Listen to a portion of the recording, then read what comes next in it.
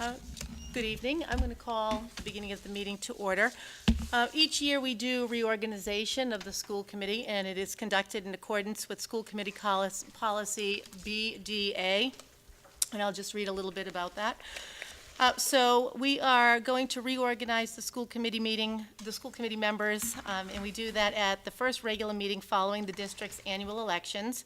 And so the school committee tonight will elect from its membership a chairperson and a vice chairperson. So nominations for the office of chairperson will be made from the floor by another member of the school committee without the need for it to be seconded. And then the chairperson will be elected by a majority roll call vote of the members present and voting. So at this time, I would ask for nominations for chair. I nominate Mina. I would like to nominate Nancy to continue on as chair. You're going to we remain have to- very quiet. Do we have to second, or did the nominations need a second or So not? they don't need to be seconded, but what I will do is take a roll call vote, and I will take them in order of the nominations. Okay. Is there any reason, should those who have been nominated share whether or not they would like Oh, to they're be chair? interested. Fair. That's a I good suppose question, that makes actually. sense. Sure, I actually prepared something because I'm interested in running for chair, and I'm requesting my fellow members to consider me as chair this upcoming year. I have served on the school committee for 2 years, the past year as vice chair, and I believe I've exhibited sincerity and integrity in each of my assignments as a school committee member. Whether it is serving as liaison to the senior center, serving on the tech board, community communications group, marathon fund committee, or the initiatives related to the school procedures, seal of biliteracy, or efforts to improve content on the website for school committee. Through these commitments and in my core role as school committee member, participating in the budget review, policy review, and superintendent review, ultimately leading to student learning and growth, I have fully participated and provided my perspective. I believe I have exhibited a willingness to expand my knowledge and willing to listen to perspectives different from mine. I think we have 5 extremely committed elected officials who bring a variety of skills and perspectives. It is hard to find someone as empathetic as Nancy, who provides knowledge and thoughtful perspective that spans K through 12. Jen is an educator with abundant experience and a PhD, yet willing to take on the most tedious tasks. Meg is a professor of ethics and is able to read up and present applicable laws so well. Amanda is savvy on the finance and process front and doesn't hesitate to raise pertinent questions. It will be my privilege to serve as chair to this stellar committee. There are 2 personal aspects on my end that I want to bring to you for consideration. One, as you all are aware, my husband and I made the difficult choice to homeschool our child last year. It was with a desire to give him an education that prepares him for challenges, facing failure, risk-taking, and more unstructured playtime. I still care deeply for students like him and all students with varied needs. My commitment to the oath I took 2 years ago remains steadfast. Second consideration for you, I have a pressing family matter that requires me to travel overseas. I have been putting it off since December, but it cannot wait. I will not be physically present during the summer. However, I will fully engage and participate during the summer and be physically back as the school year starts. As chair, I plan on learning best practices. I plan to lay out an agenda agreeable to the 5 of us. I hope to spend the upcoming summer months looking at the year gone by and planning for the year ahead with all of you and Dr. Kavanaugh. I want to continue to provide Dr. Kavanaugh and our teachers, administrators, and staff the room they need to do their work. I see our collective role as providing monitoring measures and oversight on adherence of policies and budget and superintendent review. We are the voice of the community who elected us as their representatives in making this system possible for all learners. I respectfully seek your vote, and I'm happy to answer any questions. No, if anyone want to ask me any questions, and then I was going to say, I would be honored to serve another term on the school, as the chair of the school committee. I think that as Mina said, we are a group of 5 committed, but individuals who bring very different but equally important strengths to the committee.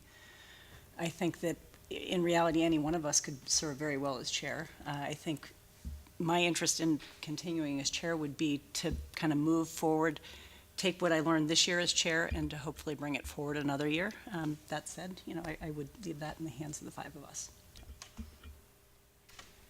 So we have 2 nominations for chair of the school committee, and we have to do a roll call vote, and the next chair will be named by majority. So as I do the roll call vote, you should probably think about saying yes or no in a way that will lead to a majority. So I will just, So can I ask one other question? Of I course. forget how the vice chair is then picked. Do we So- vote again on that, or? yes, what will happen is, I will read you that. Upon election, the new chairperson will preside, calling for the election of a vice chairperson. And the procedure used for that election will be the same as the one that we are going through right now. So that you'll nominate someone, one person from the committee will nominate a person that they would like to see be vice chair. Okay. And Mina, if you were to be elected and you're away for the summer, the vice chair would serve as the chair in your absence, or would you be participating remotely? I plan to participate remotely, but I'll be happy to work with the chair, vice chair, and see if physically they are willing to call the meeting to order and run it by. But I would work with them before the meeting in planning and preparation of the agenda with Dr. Kavanaugh, and making sure that we're very clear on what are the topics that we are working on. So I will be fully available. Is there any more discussion? All right, so we will do a roll call vote, and I would first ask for people to vote either yes or no for Mina's candidacy. So we'll start with Nancy. No. Yes. Respectfully, no. Yes. Yes. Okay, so we do have a majority. So typically what we would do is we would reorganize our seat. Well, actually, we should probably do the vice chair first. Okay, thank you. I appreciate your vote, and I doing a good job. Yes, thank you, and I respect your vote as well, and I know we will continue to work together beautifully. So at this point, I'm seeking nominations for vice chair. I nominate Amanda.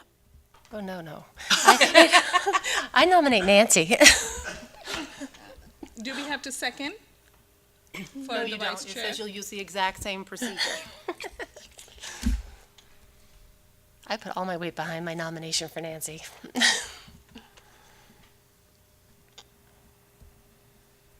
Any other thoughts?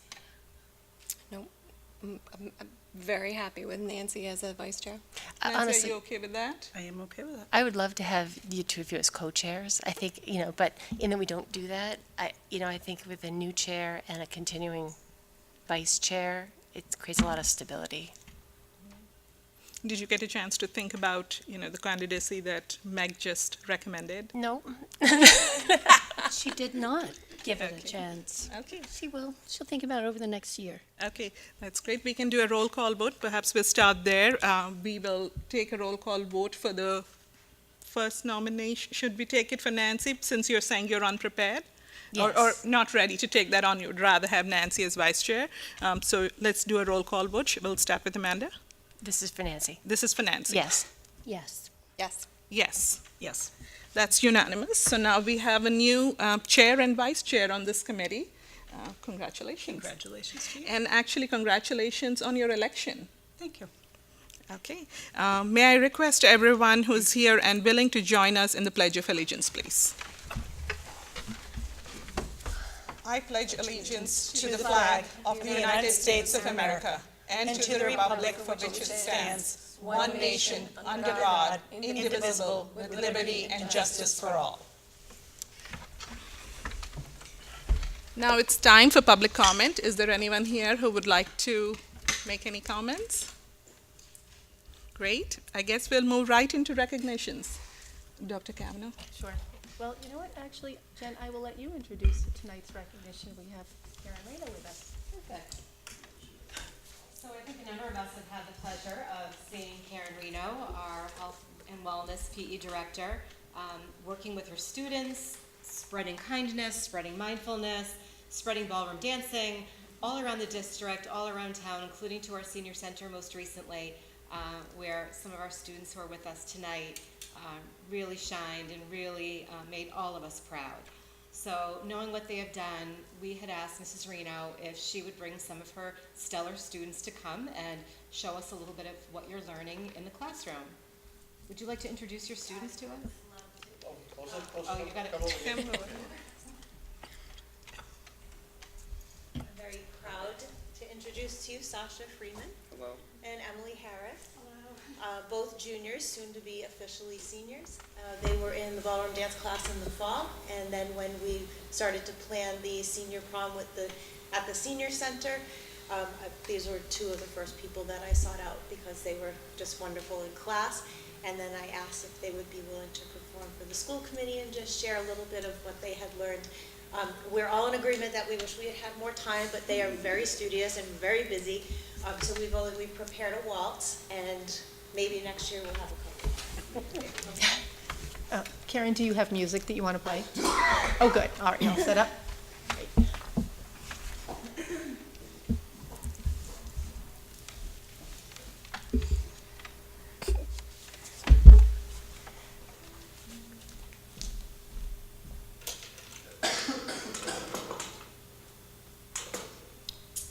It played before we began. Battery high.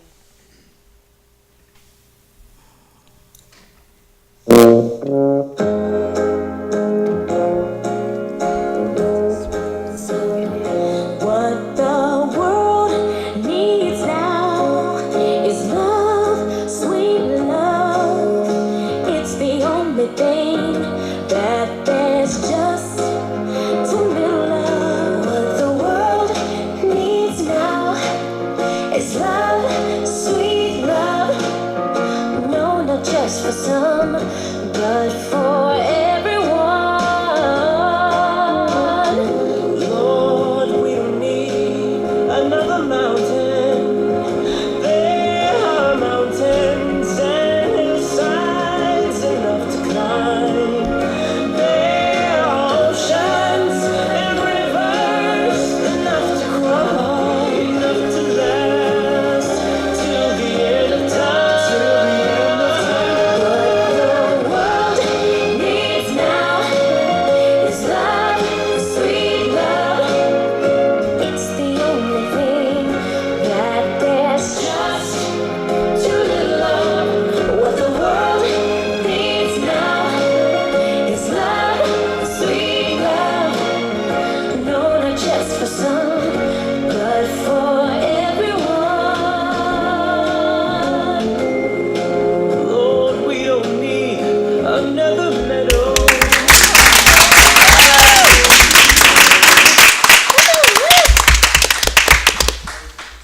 Oh, come on over. I know, that was fantastic. That was beautiful. Thank Wonderful. It was a lot of work. you. Yeah, Impressive. They learned, that's a lot of stuff. it is. Did you learn it all? Dance studio, they've displayed quite a bit of new skills. So. Did you learn it all this year? Yeah, that was only a portion. We learned a ton of other dances, tons of other steps. So, yeah. Wow. We had to learn 4 full dances for the final. This was only a portion of one. So, Do you keep the same partner? No, no. we rotate partners. We rotate regularly, so we get used to more partners and more Yeah. styles of dance. Were you guys dancers before you started doing this? You. Yeah, you do. It was that looked so like spot on. You looked amazing. It was really cool. Yeah. Very elegant. Bravo and brava. Did you choreograph this? Yes, we did. Partially. Partially. It was mostly thanks to Miss Renaud. Yeah. Oh, that's nice. How was your experience at the senior center? I thought you did a fabulous job bringing happiness there. Oh, it was wonderful. The people at the senior center were wonderful to talk to, and they loved interacting with everyone. They loved dancing and dancing with fellow students and dancing with each other, and it was wonderful to bring that joy to people. Yeah, it was a fabulous time. They had a great time with us. We helped them. They had a great time. We had a great time. The live music was amazing. I think we learned some new dances too. They taught us the Hully Gully. Yeah. Awesome. Well, Thank you so Thank much, you. Mr. Renaud. You did a fabulous job. Are you going to keep going with this? Oh, totally put you on the spot. Don't answer that question. Never mind. All right. Thank you. you. Thank you. Are there any other recognitions? I was hoping to take a moment to remember the young child who drowned at Lake Maspinock earlier this week. That was a very sad and heartbreaking incident, so I thought we should just take a moment to remember him, and if there are any thoughts anybody would like to share.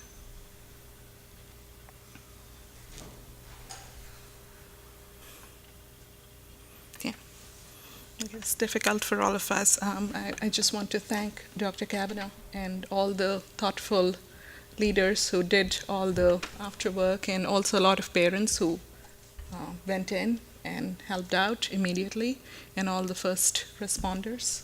Yeah, if I can just say something about Dawn Alcott, who is our new Youth and Family Services Director. She did a really nice job, so gratitude to her. Thank you. At this point, we have the reports. Student Council. Do we have the Student Council here?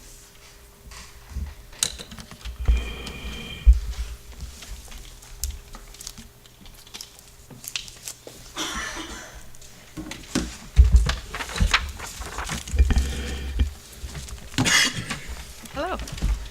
Hey, how's everyone doing? We just came right from practice again, so a little underdressed, but we don't have too much to talk about. Tomorrow we're having the Student Council Hiller Fest, so that's something we look to forward every year. It's kind of like a cookout, field day type of thing. At the end of the day, we're gonna have a grill, so Mr. Prescott's gonna be on the grill. We have a free ice cream truck coming, so that's gonna be pretty cool. There's a bunch of lawn games, so we're looking forward to that. So that's gonna be really fun. And today we heard our speeches for the upcoming student government elections. Voting is tomorrow for student council and student government officers. So it was a lot of fun hearing the speeches today. And there's a lot of new candidates in every grade. The freshmen had around like 4 or 5 kids running for each officer position, and around 30 student council. Even for us, upcoming or juniors going to senior year, we had a bunch of new faces. That's awesome to see people getting involved in the student government. That's great. And then for the sports teams, all the spring sports teams made the playoffs, and we're proud to say that all spring sports team made it past the first round. So that's pretty awesome, and we all got our second round coming up. So we're all looking forward to that and showing some Hiller pride out there. So we're excited. Congratulations. Thank you. And exams are coming up starting next Wednesday, I believe. And there's some after-school study sessions coming up. Stephen knows a little more about that. Yeah, so we're going to have these study sessions from 2 to 7 p.m. So students, mostly geared towards freshmen who really haven't experienced, who had experienced midterms first time, but haven't really experienced too many times. We're going to offer 2 to 7. People can come. There's going to be free pizza. You can study for whichever classes. There'll be a bunch of little study groups. So we're really looking forward to that and try to kind of just spread like the knowledge of how to study and prepare. So hopefully, maybe like the freshmen or the kids who haven't experienced much can come and see what it's like. So we're pretty excited about that. We're going to hopefully try to continue that. It's our first year doing that. So that's going to be awesome. And Step Up Day is coming up soon. It's June 14th for all the current 8th graders that are coming up soon. And we're looking forward to a new Unite program. So this past year, we were focused more on the advisories, but we're getting away from that, and we have a Hiller Day every Friday now. So we're gearing the Unite leaders more towards individual mentorship.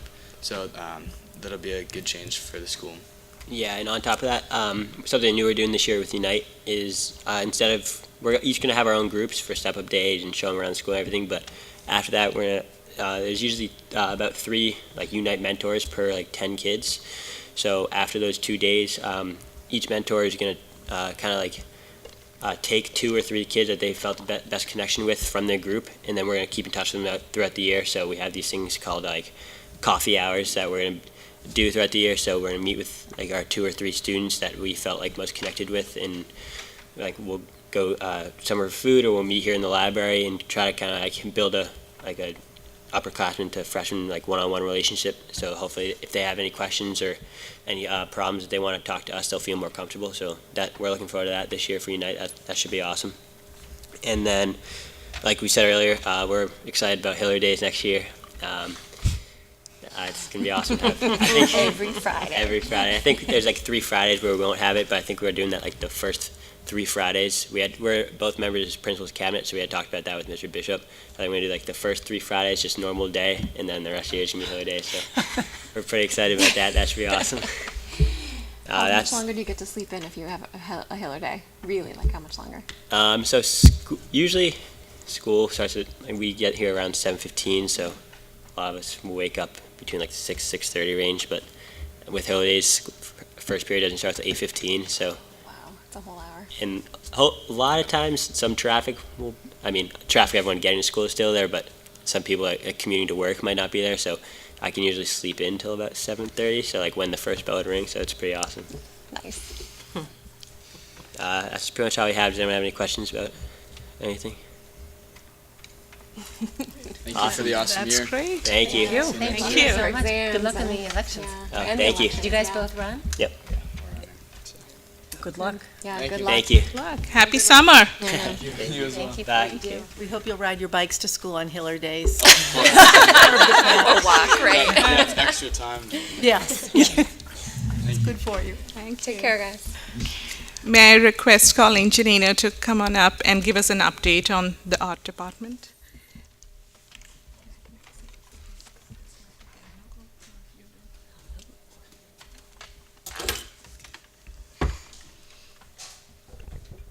Good evening. Can everyone hear me? All right. Well, thank you for having me here tonight, and you guys know who I am, but for those who are listening, again, I'm Colleen Janino. I'm the visual art subject matter leader for the district, and I'm also a teacher at the high school. So as a whole, it's been a very productive year for our students and department members. So tonight I invited a really special group of students here with me. So first I'm going to talk about why they are here, and then when I call your names, if you don't mind kind of coming up next to me to show your faces, that would be great. So this past fall, and I think some of you or all of you were there, but for those listening at home, this past fall, the high school art department, with the specific help of teachers Christine Enos and Sarah Williams, inducted our first cohort of National Art Honor Society students. NAHS is sponsored by the National Art Education Association, which many of us are members of. And according to their website, the program began in 1978. To inspire and recognize students who have shown an outstanding ability and interest in art, the program supports members in their efforts to attain the highest standards in art scholarship, character, and service, and to bring art education to the attention of the school and community. So in addition to the 20 hours of art-related service experiences our students participated in, they also worked on their first group project this year. The students and advisors worked with Amy Hammer at Elmwood School to develop and design a mural for their social emotional learning space. So they're still wrapping that up, and they're very much looking forward to having that installed this fall. So this year's inductees are Shay Butler, Samuel Cody, Anila Isan, Sophie Goodnow, Kevin Gu, Abigail Hyde, Emma Lucy, Grace Liu, Madeline Mace, Madeline Mezit, John McAuliffe, Rachel Miniman, Linnea Pappas Byers, Mira Pathasarathi, Celia Podis, Nat Surmkitsuri, Abigail Smith, Hope Vidal, Levi Watson, Sarah Weisinger, Cindy Yang, and Ann Zhu. So thank all of you. Please, thank you very much for coming out tonight. I know it's late. I know you have so many things going on, but I don't know if you have anything you want to share or if you have any questions for them. But. Well, congratulations, first of all, right? It's a huge honor. You must be amazing artists, all of you. Yes. Did you submit individual works, just one, or? They had to fill out an application, they had to do some writing, and their grades were also considered in from previous years in art classes. We even looked at their middle school grades too, so, yeah. Very impressive. Well, thank you all for being here again, and we look forward to seeing you out there working in the community and promoting our department.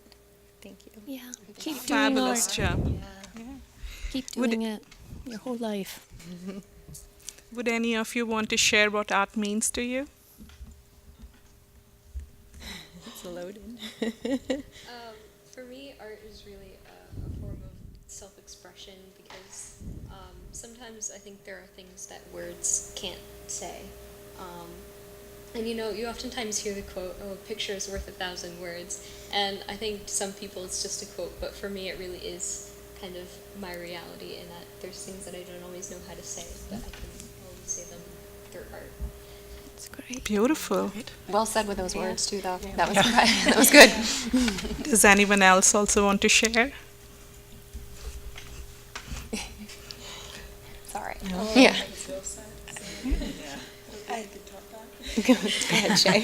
It's also like, I'm a little sick, so I think it's also a type of therapy, and it's a place where we can get away from the stress of more of like the academic part of school and stuff, and then it's a place where we can just be ourselves and put what we want to put out on a sheet of paper, like build it up in a sculpture in any way, and it's something for us to do for ourselves.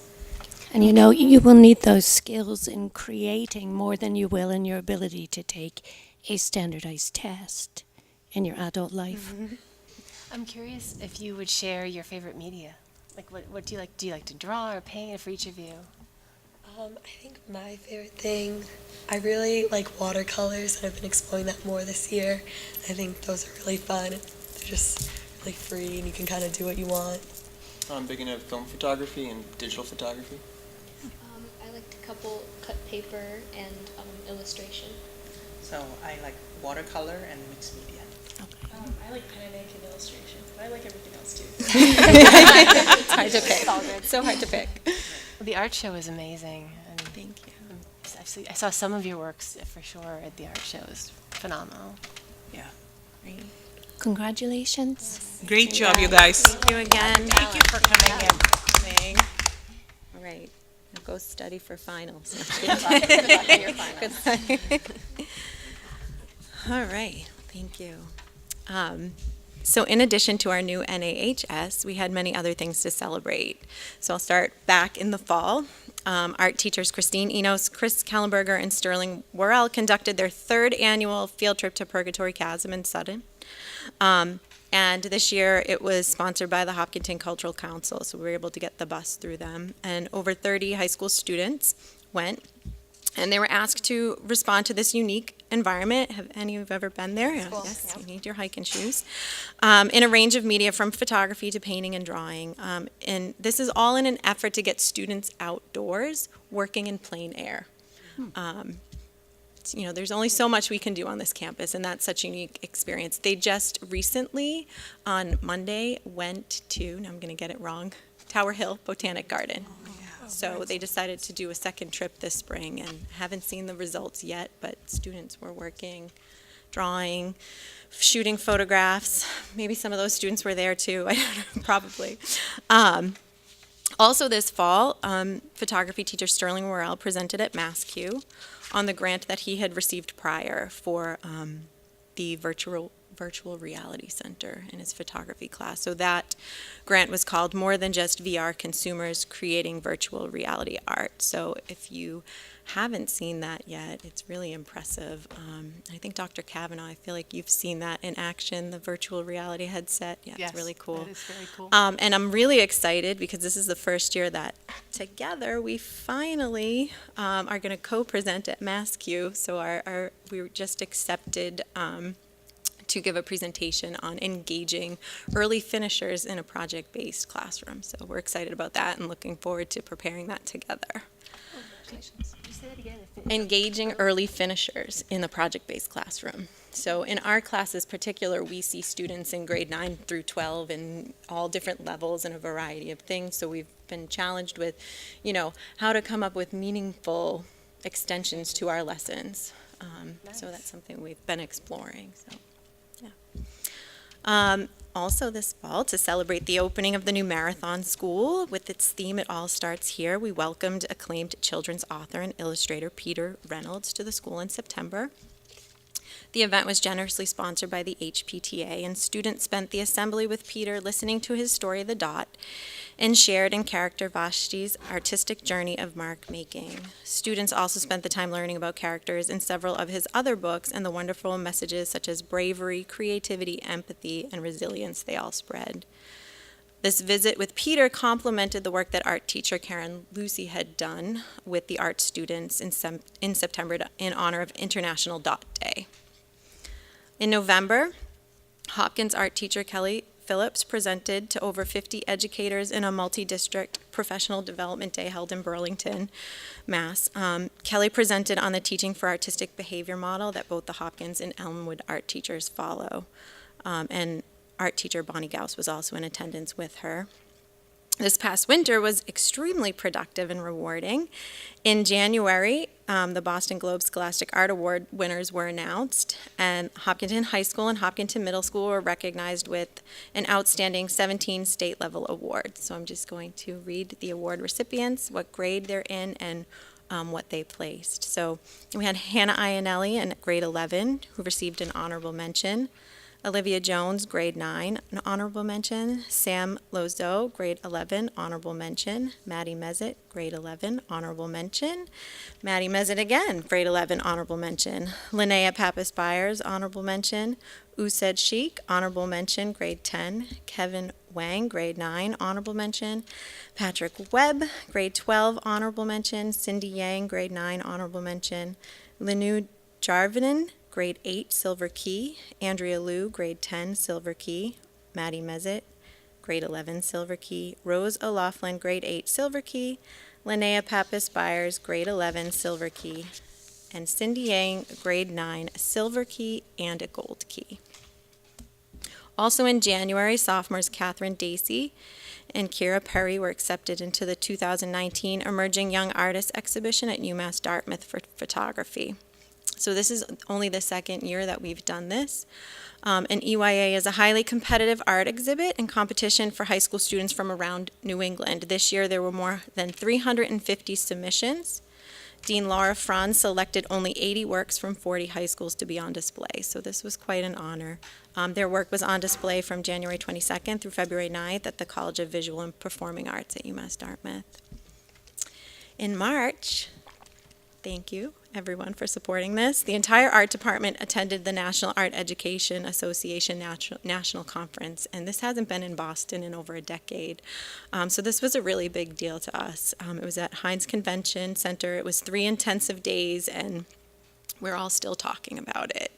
And we were fortunate enough that 2 of our middle school art teachers, Catherine Brummett and Jessica Zwillinger, presented at the conference as well. So they presented on how they have successfully created a digital feedback loop with their students utilizing tools like Google Classroom and other technologies in the district. So that was really, from an SML perspective, really great to watch the 2 of them present and see people from other states asking questions and really getting into their session. And I have to tell you, people have already brought back ideas they've gained, they've already implemented in the classroom. So again, thank you to the district for supporting these kinds of professional development opportunities for us. Also in March, we had a busy March. Art teacher Bonnie Gauss, Christine Enos, and myself participated in yet another successful second grade STEAM night at Elmwood. And I have to say, this is one of my favorite events now. Like, it's so, and it seemed like it had, would you agree, Carol, like doubled since last year? I don't even know how to describe it. Crazy. Wonderful, and crazy. Yeah, we featured our art bots and color mixing again. It was a huge success. And I just want to thank several high school students who volunteered on our behalf. So Olivia Kershey, Kevin Gu, Diksha Vaidyanathan, Kate Dion, Nina Underda, Ann Zhu, and Hope Viddle. So they were really helpful. We were really busy. There were a lot of kids. And Next year, we're going to figure out parking. yes. Snows, yep. Yeah, but it was really great. We also hosted another successful annual honors art exhibition at the HCA. And we can't thank them enough for sharing that beautiful new space with us. We had 6 high school juniors and seniors participate, which was curated and advised by high school art teacher Sterling Morrell with the assistance from teacher Chris Kellenberger. The featured students were Stephanie Capellos, Linnea Pappas-Byers, Madeline Mezit, Ivy Massaja, Celia Potus, and Patrick Webb.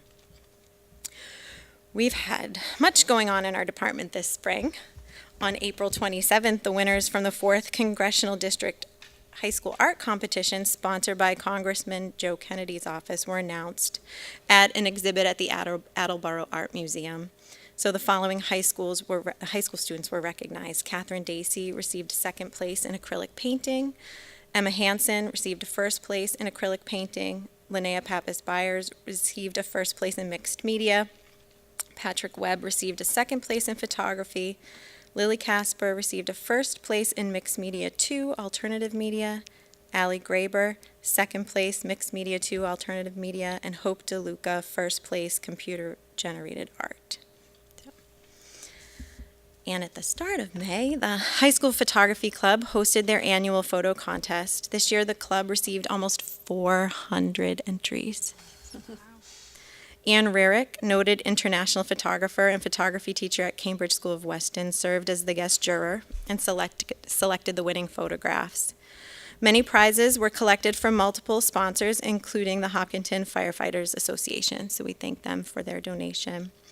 This year's winners were Best in Show, Anna Feng, 1st place color, Catherine Dacey, 2nd place color, Iman Hydri, 3rd place color, Tess Weatherhead, 1st place, black and white, Kira Perry, 2nd place, black and white, Emily Heyman, and 3rd place, black and white, Chloe Cella.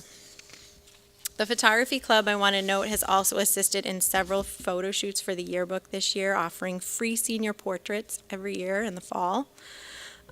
They've taken superlative photos, they've also shot club photos, and I want to thank them for volunteering their time at the Center School Farewell event this past fall.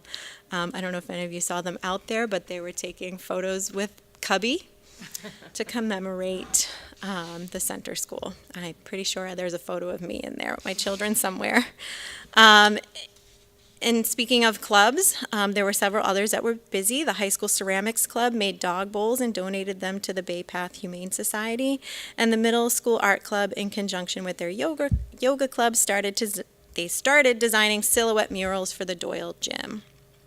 And as you had mentioned, we recently just had another successful annual night for the arts, where for the 5th year in a row, student work was on display from 1st grade up through 12th grade.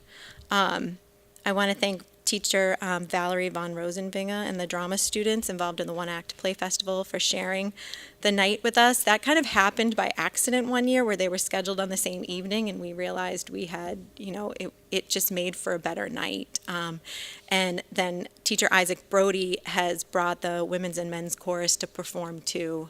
And then in addition with the elementary parents and families that come out now, it has just made this a much more richer event. We also rolled out our 14th edition of Hop Arts Magazine. You can get a copy of that here at the school, or when we have our new website up and running, we'll have the new edition posted. This year, it was juried by Anthony Fisher, who's the Associate Professor of Fine Arts at the University of UMass Dartmouth. And 3 principal awards for the high school were granted the same evening to students Connor Grady, Gabriel LaBerge, and Patrick Webb. So I just want to thank the HPTA. They generously sponsor both Hop Art and the Principals Award every year for us. Also this spring, I want to thank, there's over 80 parent volunteers came out to the Elmwood Art Room this spring for something new that the art teacher called the Clay Extravaganza. And it was just a new way for her to roll out doing her clay unit. And she just, she said it just made the event even more special for the students. And I just want to thank all those parents and community members who came out for that. This past Monday, our first grade artists, thanks to the hard work of their art teacher Karen Lucy, had the opportunity to have their work displayed at the annual book fair for the first time in the new Marathon School. We are very excited for the start of our next school year at Marathon, where Miss Lucy, for the first time, will welcome some of our most excited and eager learners, the kindergartners, to the art room. Obviously, I am very excited about this. This has been a conversation going on since I started this, so we're very much looking forward to that. And thank you for all of your support in making that happen. In closing, I just want to recognize all of the magnificent members of my department for their hard work and dedication in helping our students achieve such great accomplishments, and for dedicating so much of their time above and beyond the classroom. I want to thank the district, our administrative team, the school committee, and the many community members and organizations such as the HPTA, HEF, PolyArts, the Hopkinton Cultural Council, the Hopkinton Center for the Arts, etc. It's where with all of your continuous support that we're able to do what we do, and you help us thrive, and we just thank you. Any questions? That was an amazing report. Thank you. It's a lot. There's a lot. And I hope I don't miss anything, if I missed anyone or anything. Thank you. I just want to thank you for all of the passion and excitement that you bring, and to bring forward, bring the art program down into the kindergarten for next year. There's so many exciting things going on. I love when you come at this point in the year, just because it's fun to highlight it all. Thanks, So Nancy. thank you. I enjoy it too. I love to hear the students connect the therapeutic aspect of art with, Yes. It's such an important, social emotional health is such an important topic for us. And to hear the students express that it's a place where they can exhale and they can sort of be, and it's outside of sort of the rat race of grades. I mean, not that they're not graded, but it's a creative outlet, and that I think your department plays a really important role in the student health. And whether they realize it or not, I think it's I think they really would agree. comforting to know that your department is thriving and providing that, whether the students realize it or not. I think it's helpful. Thanks, Amanda. Fabulous. I mean, you had so much to share with us, and I almost feel we probably should have a mid-year checkpoint too. This is such great news, and art means so much. It brings out humanity. It does. Thank you for what you continue to do and continue to champion. Thank you, Mina.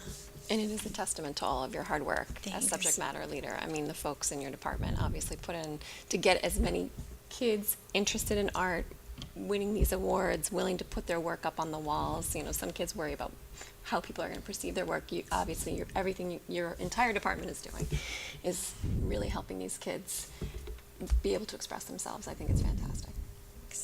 Great. And I think their successes show how much faith you have in them. Thank you. All right. Thank you all. Thank you, Ms. Janina. Thank you very much. Enjoy the rest of your, what do you have, 2 weeks? Yeah. Countdown. I lost track. I can't keep, I'm trying to keep track just of to be clear. children's That, and I school think and, that's and my schools. So I'm like, which school event is where today? I'm afraid I'm going to not pick a kid up somewhere, right? Or leave them somewhere, and it's not where they're supposed to be. Yeah. Thank you. Thanks a lot. Good night, Colleen. Thank you. May I request Mr. Craig Hay to come and give us an update on the music department? This is such a fun night. I know. We get all this these is great updates. Best night ever.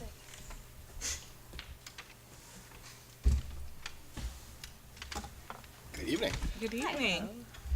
So once again, I'm Craig Hay, the music subject matter leader, K through 12.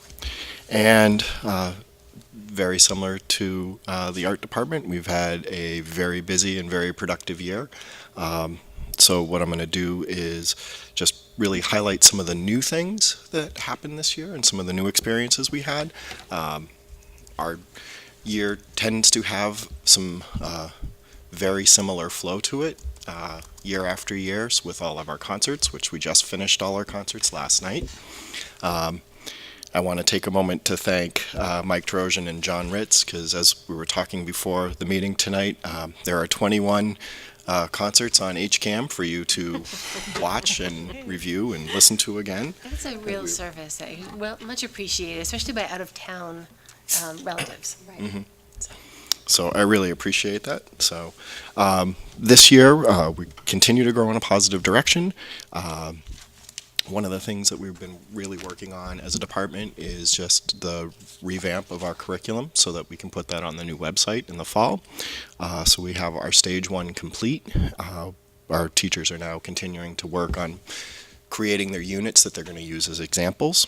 But I feel like we spent a lot of time really finally working together to really have a great spiral curriculum K through 12, and we really focused and concentrated on what we felt were the most important aspects for our students here in Hopkinton, and that is the singing and playing part of music, the listening aspect of music, and rhythm, so that we would have common language K through 12 and make sure that, if anyone new comes into a position here in Hopkinton, they can look at the curriculum, have a really clear understanding of what is going to be needed in the classroom, and then have the freedom and creativity to do what they want to do, but know exactly where we're going and how they'll fit in. So I just wanted to thank the entire music department for their work on that over the last 2 years. We've done a lot of tremendous work, and I feel like we have something very worthwhile and very proud that we can present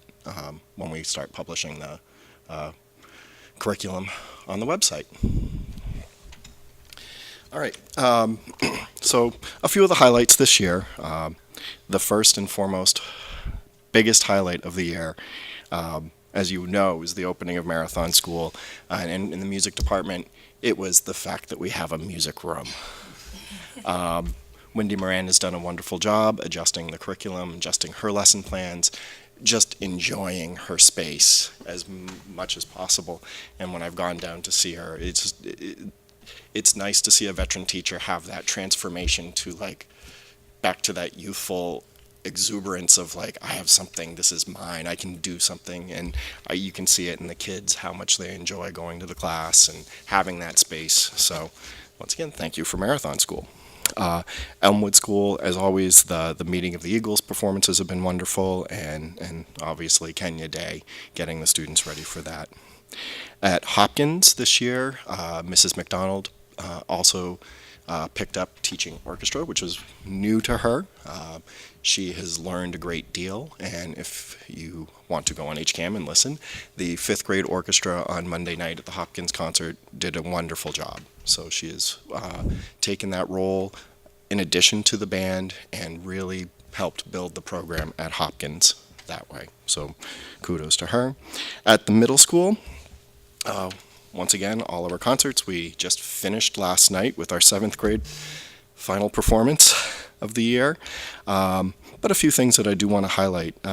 Our teacher, Kat O'Toole, presented at the Massachusetts Music Educators Association conference, tips and tricks to keep them coming back, retention in the middle school for orchestra. We also presented a unified approach to instrumental music education 5 through 12 at the Micah Summer Institute this past summer. And, this year we had multiple clinicians come in to work with the students, work with our 8th grade students, sort of a field trip in school. And we had some absolutely wonderful people. We had Jeff Leonard, who is the former head of music in Lexington, work with our orchestra. We had Matt Lefebvre from Westboro come in and work with our band. And I think the highlight was we were able to, through Mrs. Nielsen's connections, have James Burton, the director of the Tanglewood Festival Chorus, come in and work with our 8th grade chorus, honors chorus, and a cappella group. I don't think the kids have any idea who they were working with, but we were all in awe that they were working with such a wonderful musician who is very preeminent in his field. At the high school, we have some really cool things that happened this past year, and it started this past summer when the AP grades came out. Last year was our first year with our AP Music Theory class, and we were happy to say that all 5 students who took the class received a 5. Wow. So kudos to Mr. Brody and his teaching, and we're going to anxiously await to see what happens with this year's class. Couple things that we have established this year that were new. We offered honors level for the students who wished to have their music grades weighted for our performance ensembles. We have about 40 students who accepted that this year. They've been doing some additional work on top of just playing in the ensemble.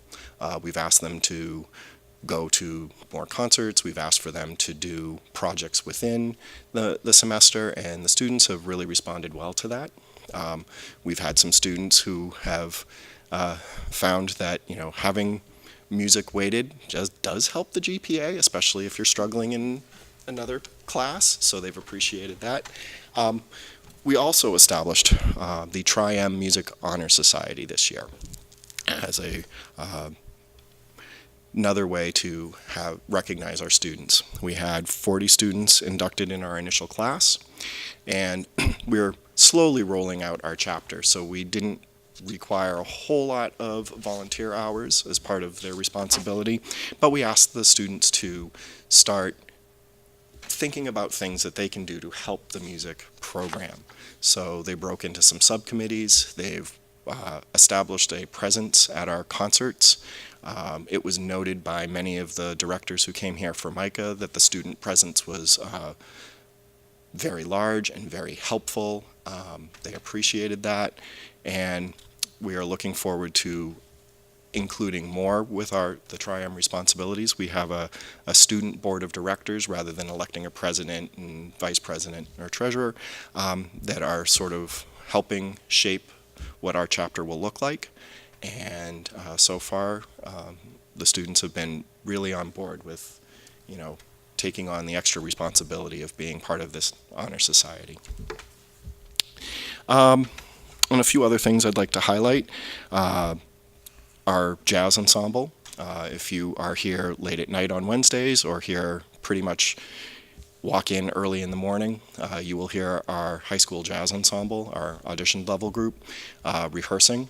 And this year, for the first time, they received not only a gold medal at the Massachusetts Association of Jazz Educators district level, they received one at the state level as well. They earned that gold medal, and they earned the right to perform at the Hatch Shell the same day as the Pops concert. We did a little begging and pleading so that they went on early. They had a wonderful performance. Unfortunately, it was right as the downpour went through Boston, but they had a wonderful performance. We were able to get them buses. We had enough parents and students and alumni that the HMA was able to also support a bus. So we had the busload of students, our performing students. We also had a busload of parents and family and friends who could go see the performance, and they were luckily no traffic or no bus breakdowns. Everyone was back by 2:30, and we were able to have our Pops concert. So that was a wonderful recognition for them and the hard work. 5 years ago, when Mr. Dodge accepted taking on the jazz ensemble and building it, this was his hope and dream. So it's taken 5 years, but he's done a wonderful job doing that and getting that part of our program recognized. A few other things this year. We were very lucky to receive a grant from the Hopkinton Cultural Council and Mass Cultural Council to have Paul Alberta, Ben Cook, and Ken Hadley, 3 noted jazz musicians in Massachusetts, come in and work with our jazz ensemble. We're going to use that grant money going forward to also help pay for next year to have them come back and possibly work with our jazz lab, the open jazz group, as well. We've also had, where am I on my list?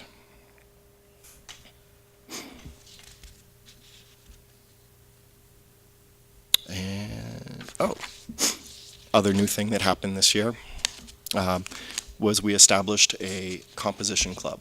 Last spring, I had a number of students come to me who are interested in composing and composition, most of it through the electronic online media.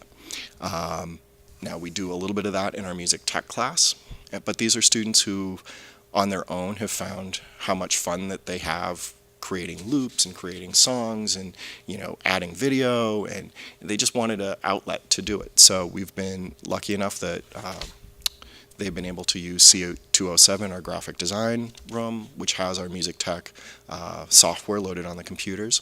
And they spent every Friday afternoon over the course of the year working on their projects. They had an album release party May 24th. They were very lucky that during the year, one of our alumni, Stephen Oslander, was home from break from Frost School of Music at the University of Miami, where he is majoring in music production and performing through the electronic medium, to talk with them about what he does at school and how through his connections that he's already signed a professional contract, so that that gave them more of the wherewithal to be like, ooh, we can do this. It's been a wonderful student-run group. It's a small group. It's about 5 or 6 kids, but they've really, really enjoyed the fact that they were able to use that time on a Friday afternoon, express themselves through music, and it's been really neat to see how that has grown. I'm looking forward to that continuing next year.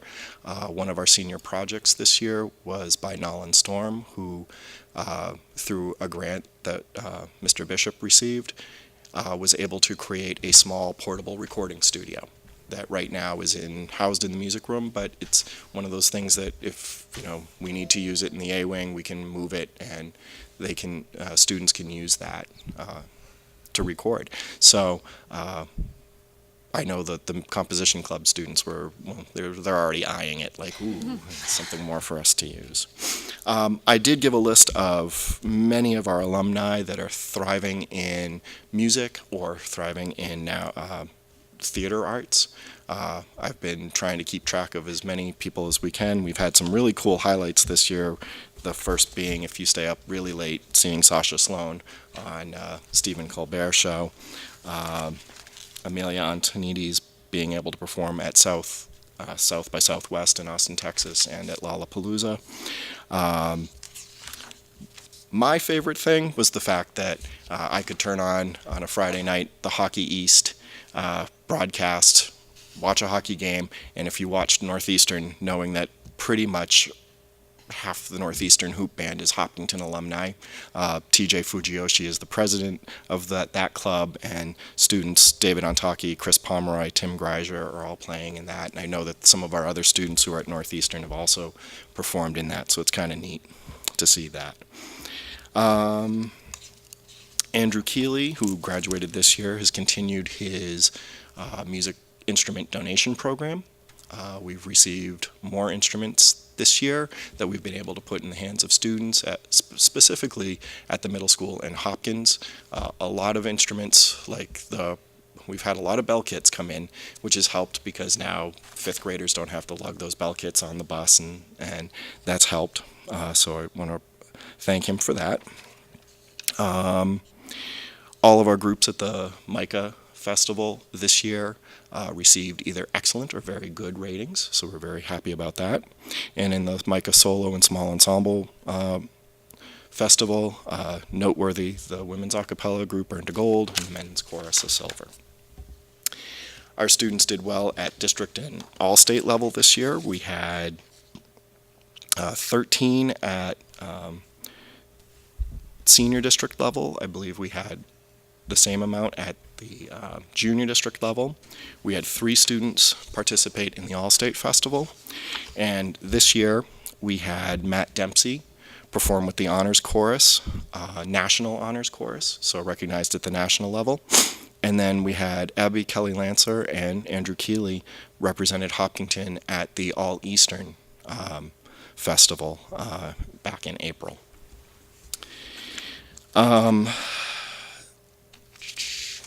This is one of the big things. One of the things that is just an absolute godsend to our music program is the Hopkinton Music Association.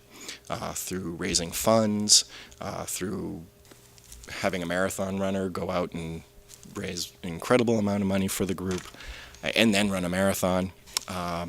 They've just done tremendous work, and over the last 8 years, the group has grown from 3 or 4 people to a full board of, a dozen or so. One of those people is retiring.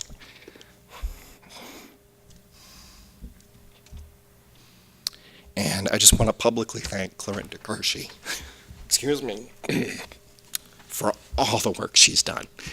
She is one of those quiet people here in town who just goes out and does. She really doesn't like the public recognition for it, but her work in the Music Association has just helped that board explode and be so supportive of what we do in music. I also want to recognize her for all the work she does with the high school drama program. I mean, she does all the costumes, helps Valerie tremendously, and, just does it quietly and doesn't want any recognition. I know she's going to continue working on the costumes. I know that as we pass the presidency off to Karen Bograd, that we're in absolutely great hands and that we'll continue to grow. But I just wanted to take a moment and thank her publicly for all the work she's done. And finally, I just want to thank all of you, Dr. Kavanaugh, Mrs. Parson, for all your support for the music department and visual arts department. We can't do what we do in our end of the building. I'll even include Mr. Scott. We have a thriving C wing. And even though it's funny that in December when all the teachers come down to our end of the room for the HPTA luncheon and they're just like, yeah, we don't ever come down here.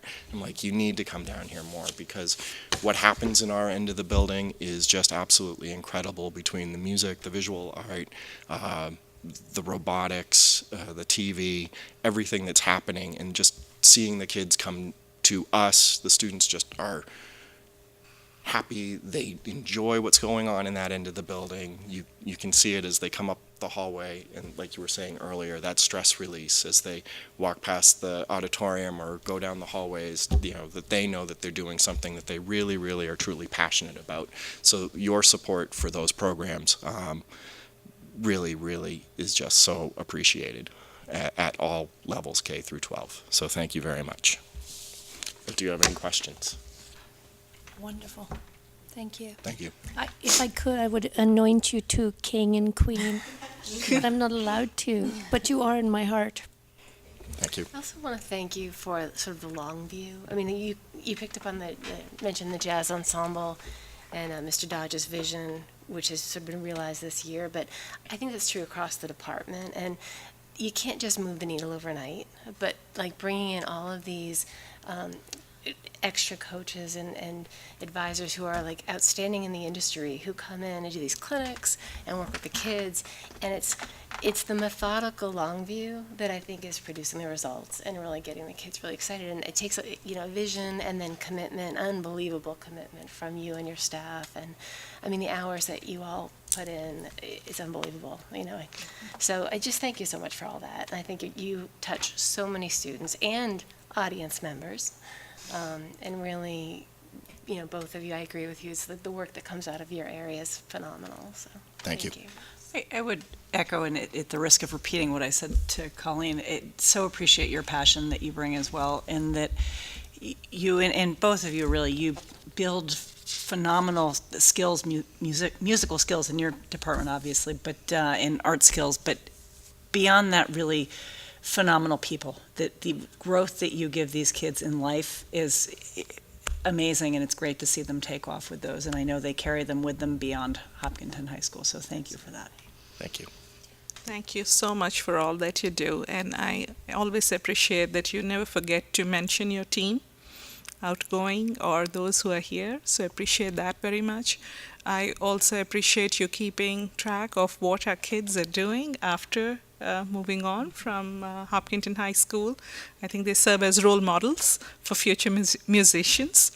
I personally enjoy listening to all the great work that goes on here. The graduation day was an example. And I wish you a happy summer. Thank you.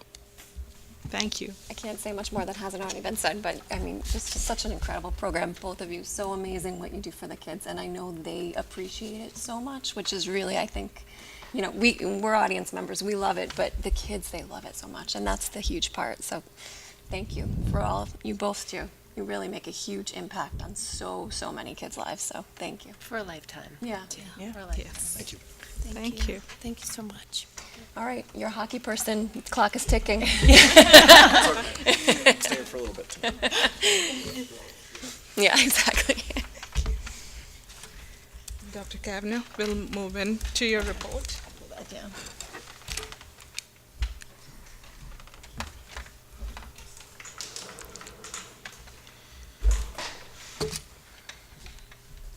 You can just go quickly through these.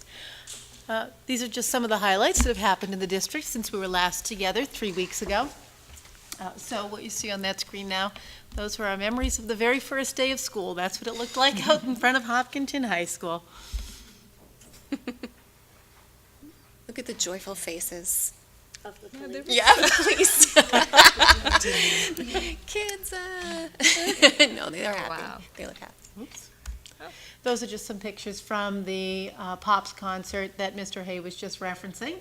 You can see it's quite an event in the athletic center. It's packed in there. And I should have mentioned when Craig was up here that I did receive a really lovely email, a thoughtful email from a past student who wanted to sort of praise Mr. Hay for building this kind of programming, and it was just really full of accolades and well-deserved. On Monday, May 20th, many of us attended the senior projects in the athletic center. I think that the number was it over 90, 100 kids maybe this year? Yeah, who participated in this, so it's growing by, leaps and bounds. Some of the projects are very, very interesting. I mean, they're everything from like linguistics to healthy cooking, so just great things. These are pictures from the senior prom. This was our first senior prom. That's great. This is Reno was referencing. And so many thanks to Karen Reno, who is with us tonight, as well as Amy Beck, the director of the Senior Center. She brought in the Holliston Band, and of course, I want to thank our kids and our seniors. By all accounts, it was a great day.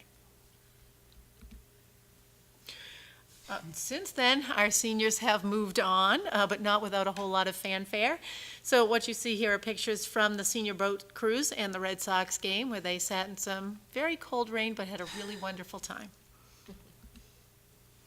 The seniors visited Marathon Elementary School, where they walked the halls and gave high fives to lots of our kindergarten and first graders. Here you can just see some shots of graduation. Really nice pictures. It was a lovely ceremony. I think everyone that I've talked to, I said it just had the right balance of sort of that pomp and also, that kind of casualness that you really get a sense of who the class was. So kudos to Mr. Bishop, Building and Grounds, all the secretarial staff, everyone who puts so much time into that. It goes off without a hitch, and you don't realize that it takes hundreds of people to make that thing work as well as it does. And so now into some more of our business matters. We have an enrollment update up there on the screen for you. And you can start to see what's happening. So I've said before that people go into Power School and they register their children, and once we have all the paperwork, the child becomes approved. And we have some who have gone in and started the registration process, so that approval is still pending. And one of the things that I kept saying through budget season is that we really had capacity for about 103 students. And I think that we're getting very, very close to the 103 students right now.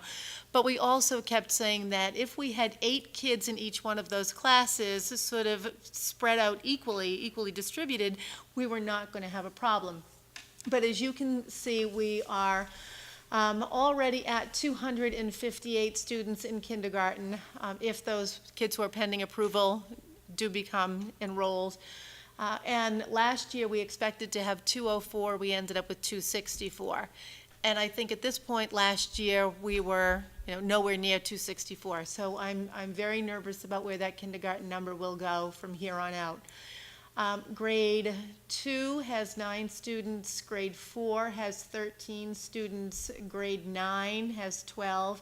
And so we are starting to see those pockets where classes seem to be getting bigger, in bubbles. And that's just something that we're going to need to watch all the way through the summer. What we've done to sort of illustrate where the number 3858 comes from is to sort of just show all of the kids who are ours, whether they attend the Hopkinton Public Schools or if they are in some other venue that the Hopkinton Public Schools or the district or the community funds. So Keefe Tech, I believe the number is at 26. And that doesn't come out of the school budget, it does come out of the town side. Norfolk Aggie is at 8.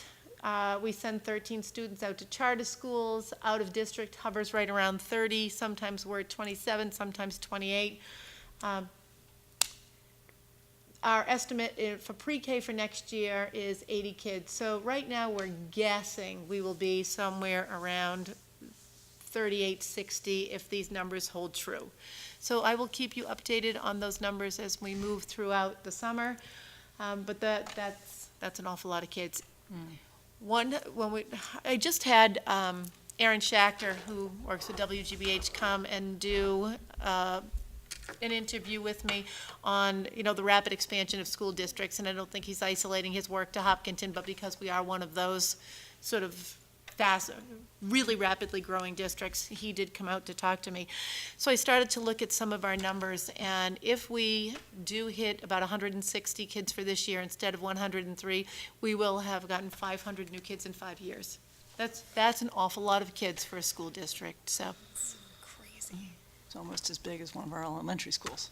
It is, yes. It's like adding an elementary school's worth of children. Yeah, that's a great point. Go ahead, Nancy. A question about the 9th grade, which now looks like it will be the biggest class at the rate it's going. Are there typically numbers that will drop out of that are, say, going away to a different high school experience that have not been accounted for, like kids going to private school or something? Or are we already aware of those kids? I think that we are already aware of those kids. I mean, that's something I could certainly double check on. But I think this year we went from 20 to 26 students at Keefe Tech, so they have already been transferred over to Keefe Tech, right? So, Dr. Kavanaugh, the 287, that's the number of kids who graduated this year as well, correct?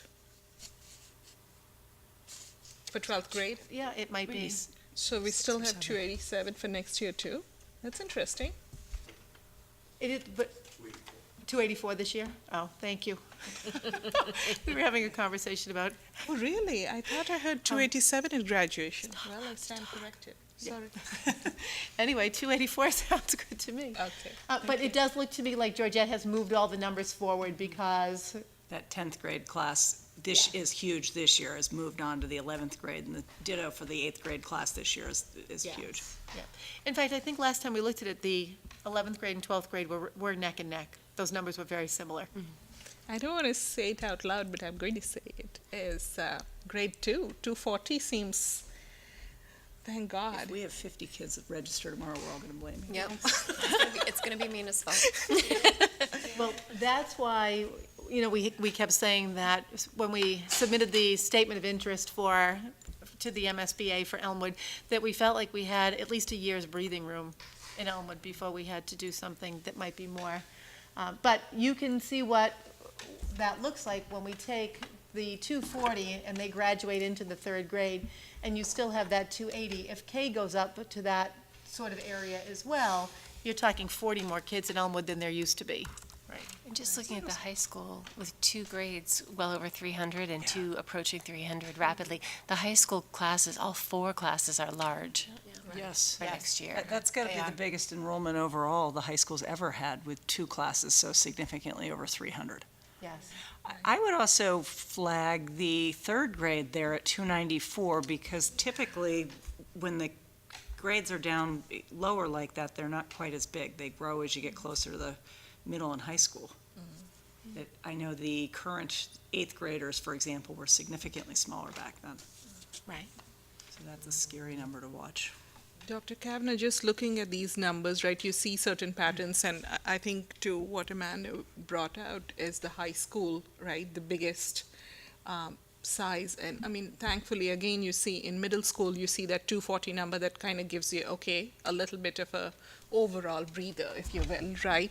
I was wondering if you have any update on, we said we are going to look at capacity study. Do you have any update on that at all? Mrs. Rothrick does have the RFP written, so Okay. we just need to wait until after July 1st because we can't send it out in this fiscal year. Right.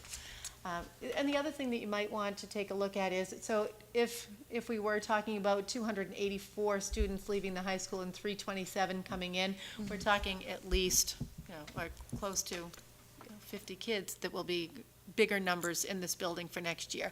So if we already have space constraints, that's something for us to think about. And last year, we noticed that we had a lot of kids join us in 8th and 9th grade. I think that we start to see that 9th grade pattern again with the 13 students there, the 12 students there. I think that's just a function of people wanting that secondary experience. Dr. So we'll Kavanaugh, watch as them. we approach 4,000 students, it looks like, right? We're less than 150 short of that. I recall reading about the need for a director for special education separately. Once there are 4,000 students. I remember reading that in the MGL handbook that we have. I wonder if there are any other thresholds we are nearing that we need to be prepared for. If that's something you may want to put in your purview as you're having this retreat. Yes. Sounds like a fun thing, but I think it's a lot of work there for you. Yes, so what happens with the administrators retreat, we do a half day in June in the district, and then in August, we do 2 full days out of the district. So our first one will be coming up next Tuesday, and we'll be doing a lot of work on the strategic objectives. Again, still at it, so. All right. Are we good with those numbers before I switch? All right, so we also got Metro West Health Foundation survey data. They call it the Metro West Adolescent Survey. This first slide is just sort of a little smattering of what the kind of information that we get from Metro West. This is high school data, and it's regional. So it's anyone in the Metro West who has taken, that survey. And most high schools and middle schools are doing it, and they do it with a very high response rate, like beyond 95% of our kids are taking that survey. But I think distracted driving was one that kind of jumped off the page at me. Over a third of our drivers report texting, messaging, or emailing while driving in the past 30 days. In 2010, it used to be at 44%. Now it's at 36%. It's about even between the girls and the boys in our classes. So 37% female, 36% male. And that number tends to double when kids go from 11th grade to 12th grade. So texting and driving, it's pretty prevalent among our kids. Certainly something for us to be thinking about, instructionally, but also, in working with our SROs and working with just the driving on campus. Stress and anxiety was another high school one I thought worth mentioning. In 2018, twice as many females as males report that their lives have been very stressful in the past 30 days. Reports of stress among females rose steadily from 35% in 2006 to 49% in 2016. So right now, it has actually been hovering right about, sort of that 50% mark. And that's pretty alarming, I think, that our girls are there. Boys are slightly higher overall, but they stay in that sort of 20, 21, 22, 23 area. What they're telling us is that the most stressful thing in their lives is school, and that was reported by 66% of our youth.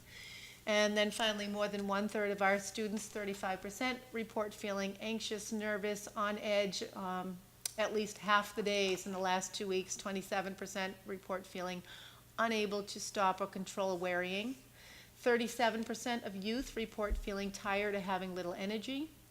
28 report sleeping problems. Either they have trouble falling asleep, staying asleep, or they are sleeping too much. 26% report having trouble concentrating. 24% report having an eating problem, either a poor appetite or eating too much.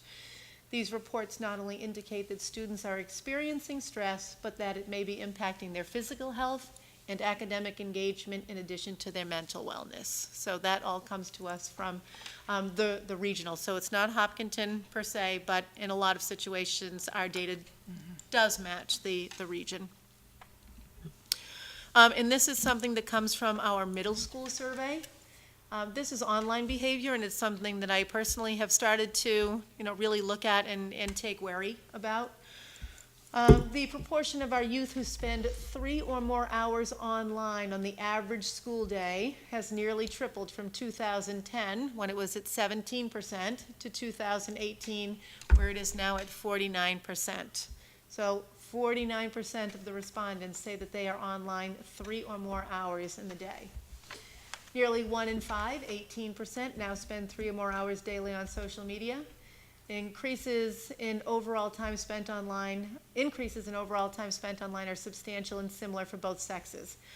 For the girls, it's social media, 23 versus 14%, and for the boys, it's gaming, 26 versus 5%. Why are they doing this? So our kids are reporting both positive and negative attitudes towards social media. On the positive side, social media helps youth feel more connected to their peers, 54% said that. It provides a source of social support, 32% said that, and it helps them find people with common interests and hobbies, 53%. On the negative side, kids are reporting that social media makes a sizable minority of students feel badly about themselves or excluded at 20%. And it keeps them from doing important things like homework or taking part in family responsibilities at 20%, and 11% say that social media has hurt relationships with their peers. What we know about online time is youth that spend more time on social media are more likely to report substance use and mental health problems. High users of social media are more likely to report lifetime alcohol use, 25% versus 9%, marijuana use, 8% versus 2%, and they are more than twice as likely to report depressive symptoms, 28% versus 11%, and seriously considering suicide, 26 versus 12%.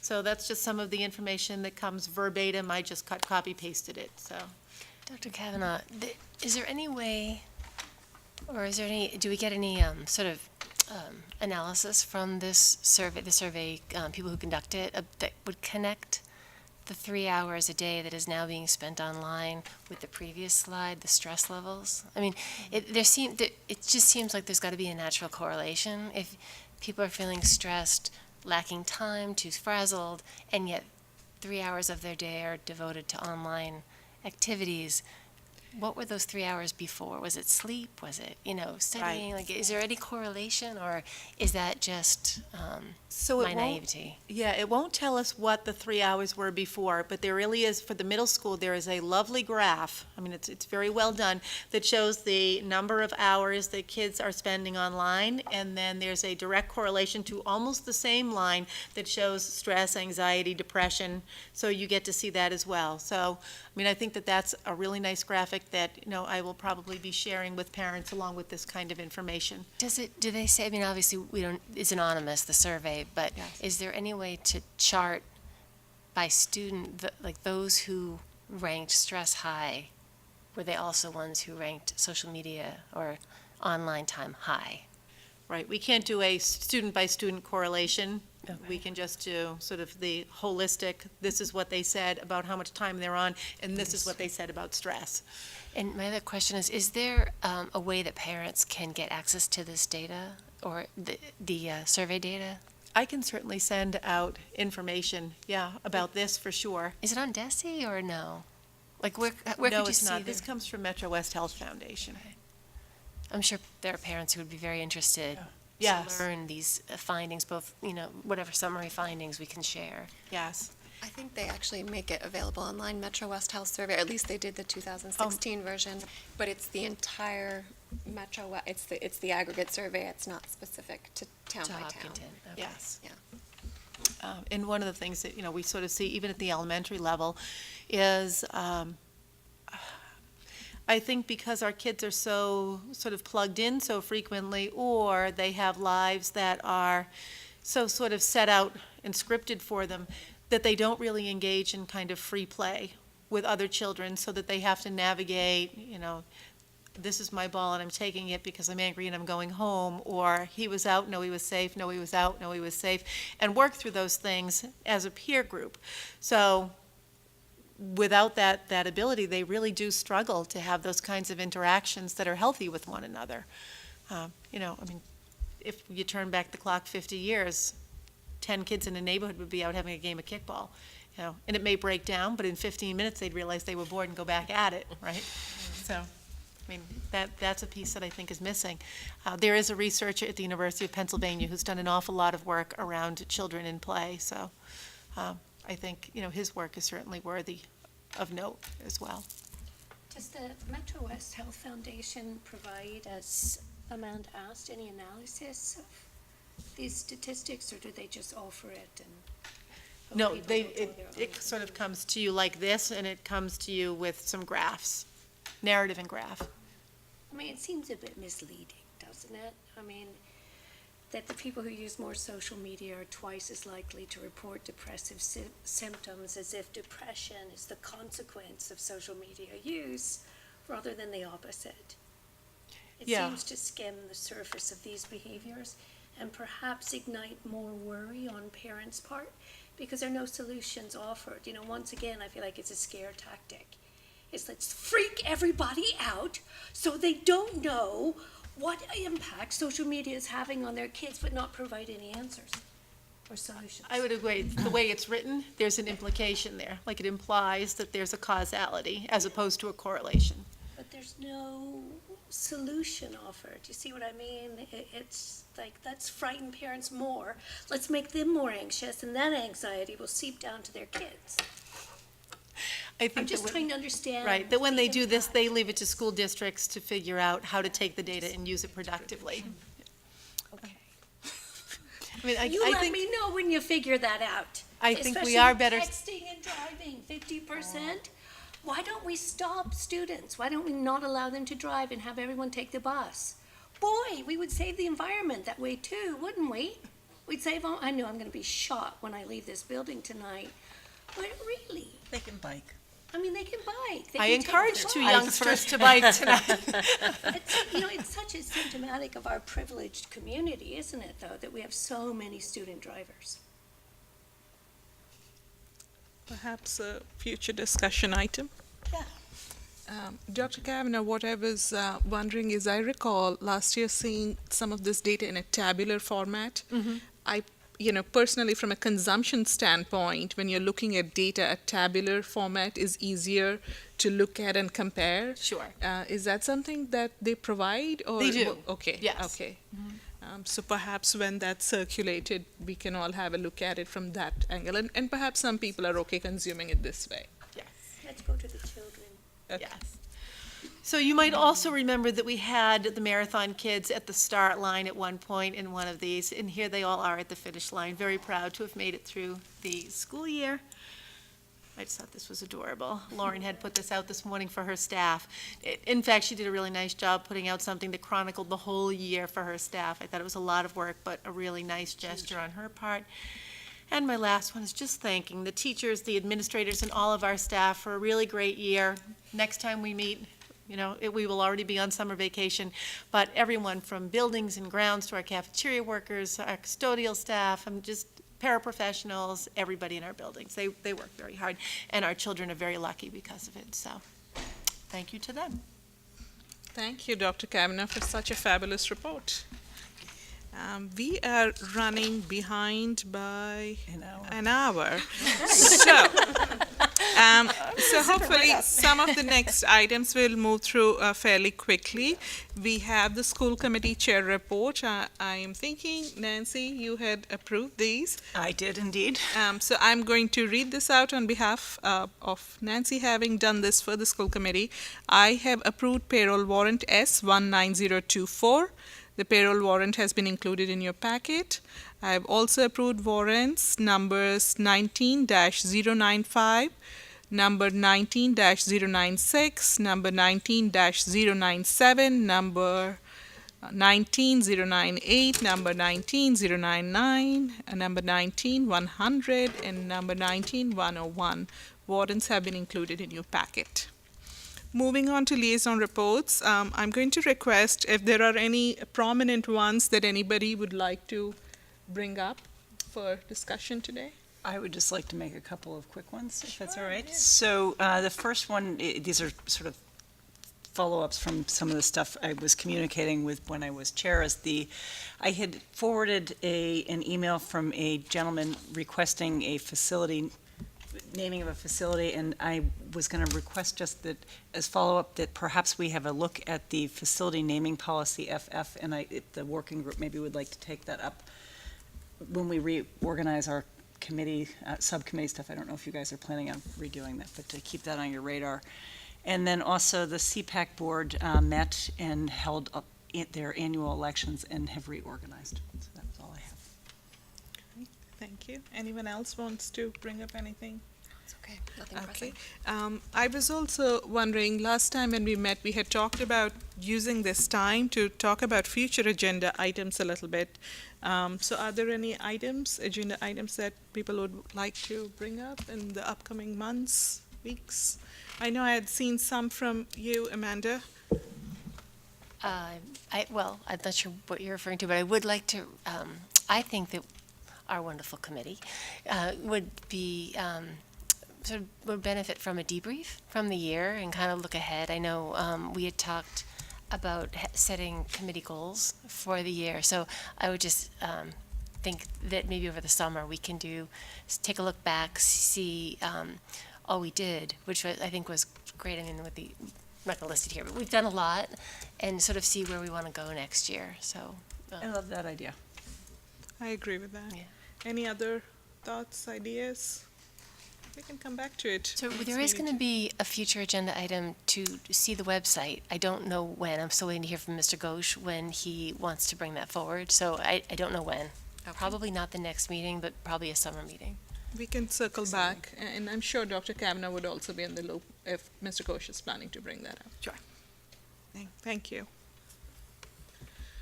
All right, moving on to new business, middle school band gift. Dr. Kavanaugh. Okay. So you can see that Mr. Hay has submitted to you a gift of a tuba. This has been donated by the Mucci family and Murchie family. This instrument is going to be used in the middle school to replace a tuba that is currently 45 years old. So I am recommending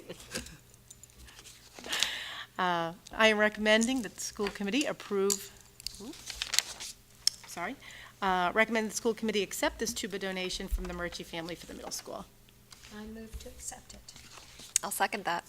Great. All those in favor? Aye. Great. So the motion carries. So generous. Yes, Great. absolutely. Moving on to the next item, music educator stipends. Dr. Kavanaugh. All right, so you can see also in your school committee packet that I sent you a memo on the 17th of May for this meeting. This is a little bit unorthodox because typically we don't establish new stipends when we are not in the process of negotiating a contract with the HTA. And so we do have several music educators who are doing concerts at night, and these are people who are probably the only people who do not receive a stipend for work that goes beyond the regular school day. While we don't, obviously have an awful lot of money to be able to offer them at this time, what I'm suggesting is that we offer them something that's more of a token gesture, just to say thank you really monetarily for the work that they do all the time. So it's really just an expression of gratitude, I think. As you can see in the memo, there would be 4 teachers who each received $900 and 3 teachers who each received $300. So we're talking about $4,500 worth of stipends that we would be giving to music educators at the middle school and at the Hopkins Elementary School.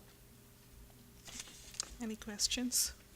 Oh, and just to be clear, this will sunset with this contract. So we are finishing the first year of a contract, they will be paid for this year, and then the next 2 years, and then that will sunset so that as we go into another round of contract negotiations, should this be something that the HGA wants to continue, they'll have to bring it to the bargaining table. I'm so thankful that you're bringing this forward. I think this is something that is well earned, as far as as my limited visibility of the music department, and probably uncovers some of these educators. They are so dedicated. They're here all the time, and they're continually seeking out new programs, which then requires more of their personal time, and they don't get anything extra for it. So to at least say thank you through this token, I think is an excellent start. So thank you. And Dr. Kavanaugh, you know, it seems like not a huge amount, but just want to clarify that's covered in our budget and we're good. Yes, and so I had CC'd Mrs. Rothermick on that, so she has endorsed these stipends. Great, thank you. I move to approve the educator stipends for music. Second. All those in favor? Yes. Yes. Great. The motion carries. Moving on to the next item, middle school gift account. Dr. Kavanaugh. Okay.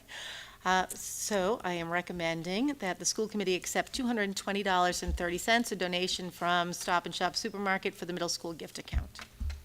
I move to accept the donation. I'll second that. Great. All those in favor? Yes. Great. So the motion carries. Moving on to the next item, intent to travel field hockey overnight. Dr. Kavanaugh. All right. So I believe that you had approved this one last year as well. Each year, the varsity field hockey team takes an overnight trip. This year it's September 6th and 7th to Dennis Yarmouth High School, where they are in a tournament, and about 20 students will be going. So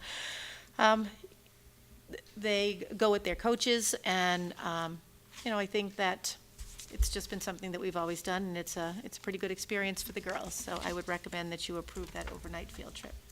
I move to approve the overnight field trip. I'll second. A motion by Meg and a second by Jen. All those in favor? Yes. Aye.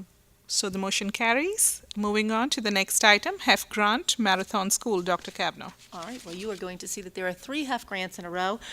These are grants that the teachers have applied for. They come up with some kind of very interesting project, something that is not covered typically by the Hopkinton Public Schools budget, and HEF has been very gracious this year. So the first one is a grant in the amount of $1,442.59 for Marathon School, and it's entitled Windows and Mirrors, Multicultural Children's Literature, and so our new librarian at Marathon is going to be adding some multicultural literature to the library at Marathon. Excellent. Great. I move to accept the grant for the Marathon School. That's fabulous. Any second? I'll second that. Absolutely. Thank you. I just want to say I'm so thankful for HEF for doing all the fundraising that they do, all the hard work, all the volunteers, and they go through such a thoughtful process of looking at all the grants that come through to them and then approving.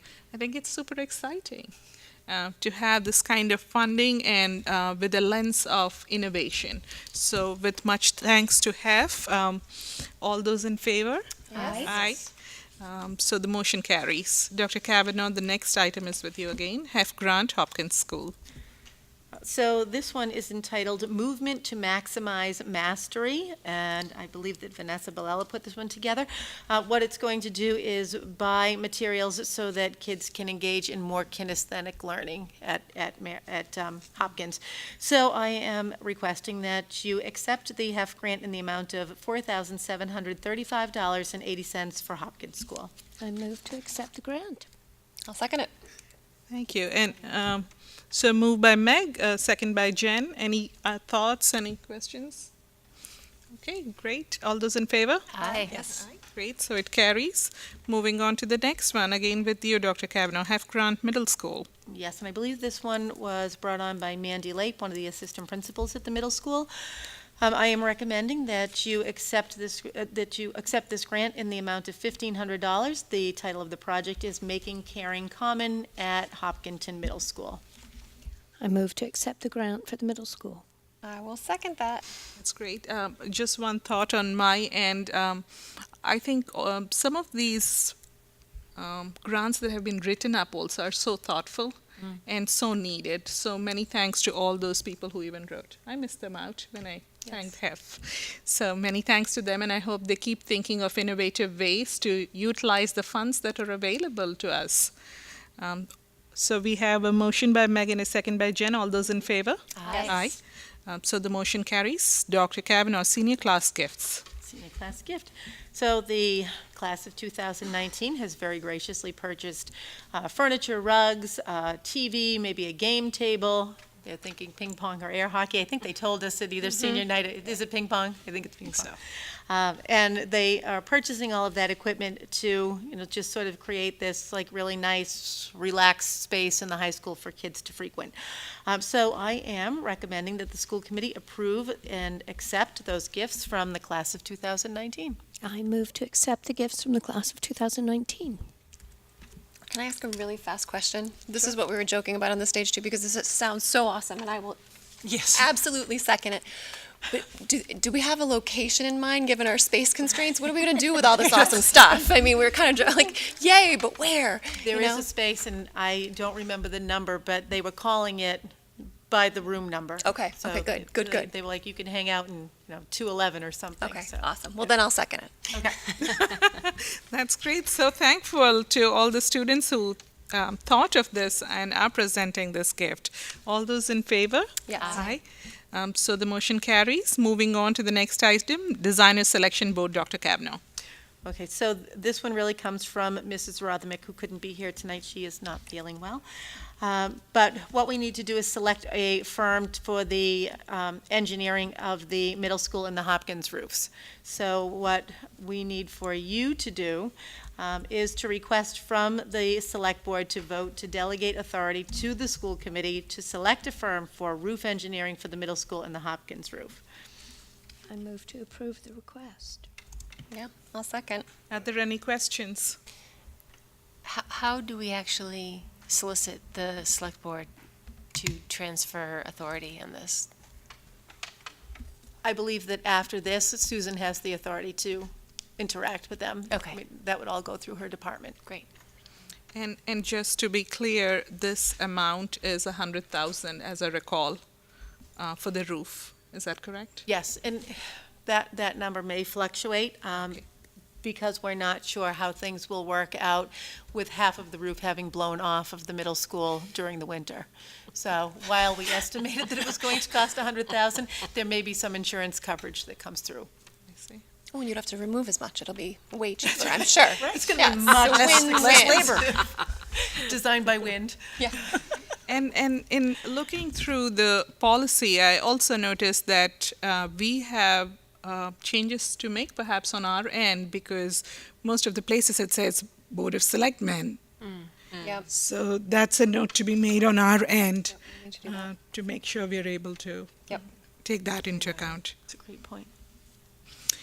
All right, I'm looking for a motion to approve. I move to approve the request. Yep, I second that. That's great. Motion by Meg, second by Jen. All those in favor? Aye.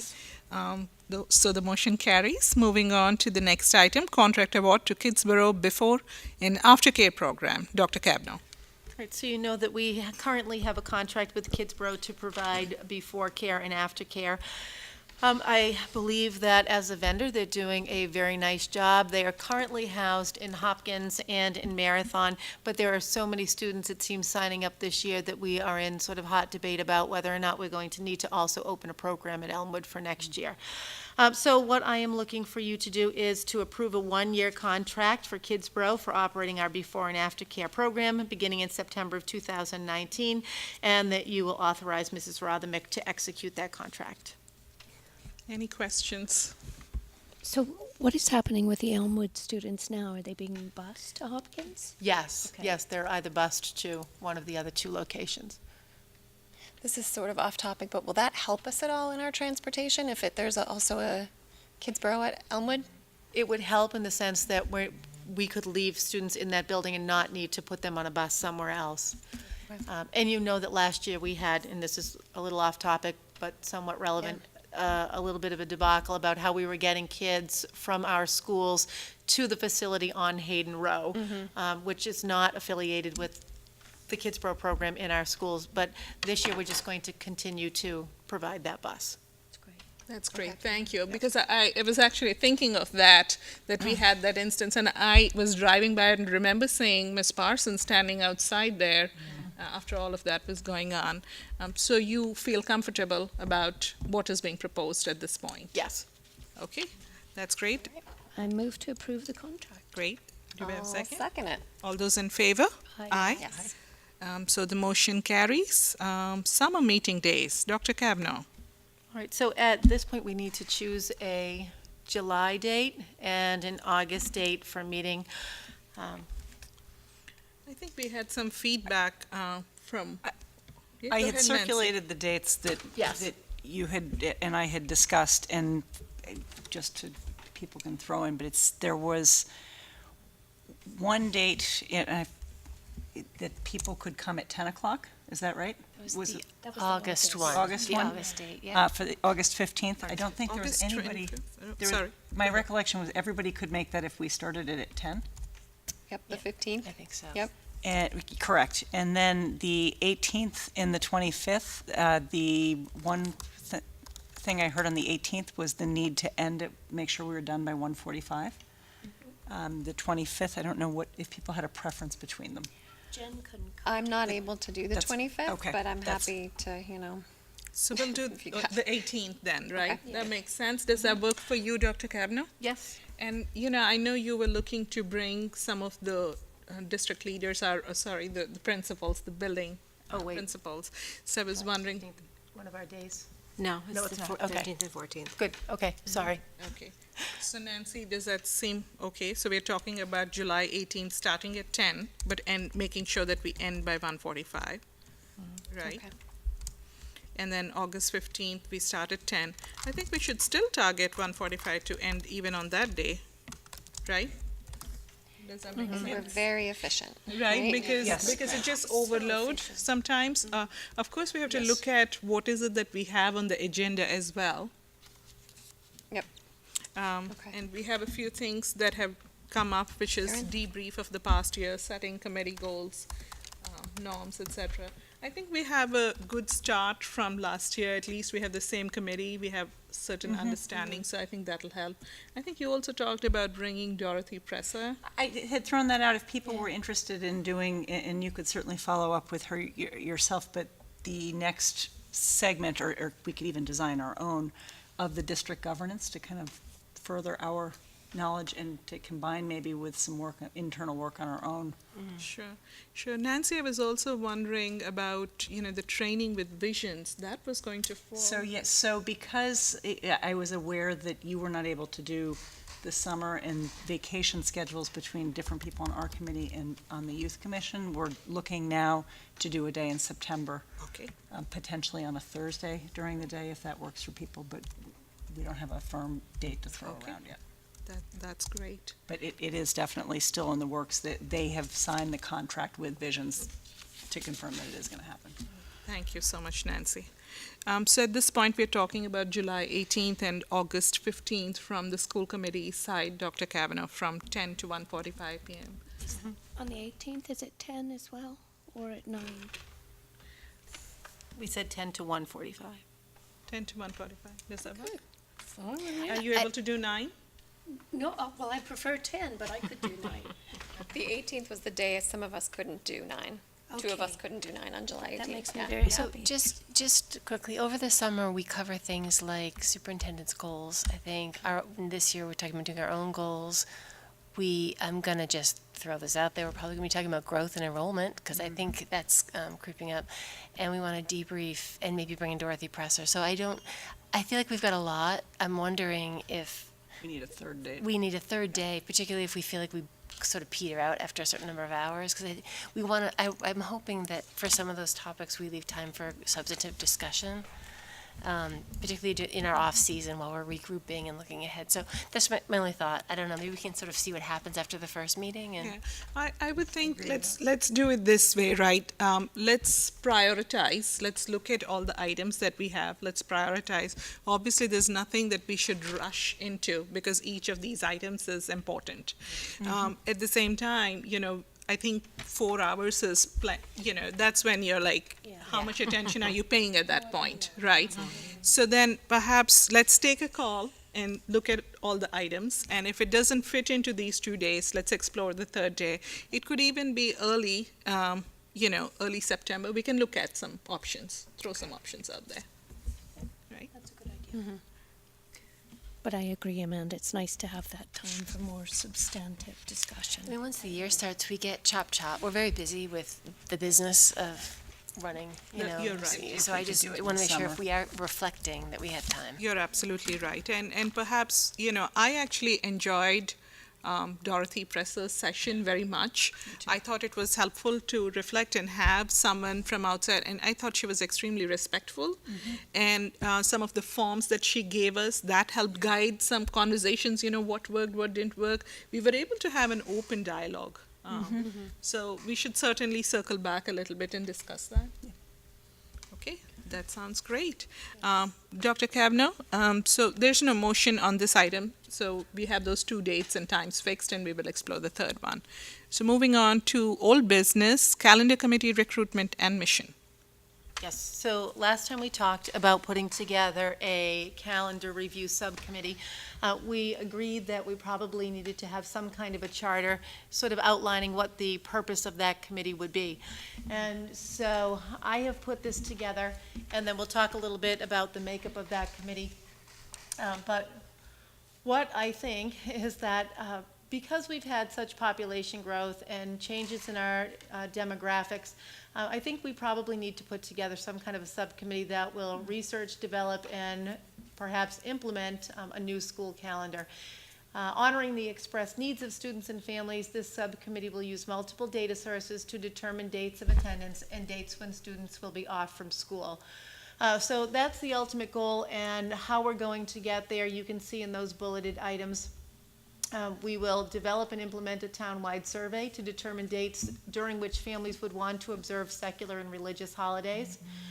We will conduct additional research, including but not limited to calendar models used in other districts, important secular and religious holidays, the impact of non-school days on teaching and learning, the requirements for time on learning, and the constraints, if any, exist of the HTA contract.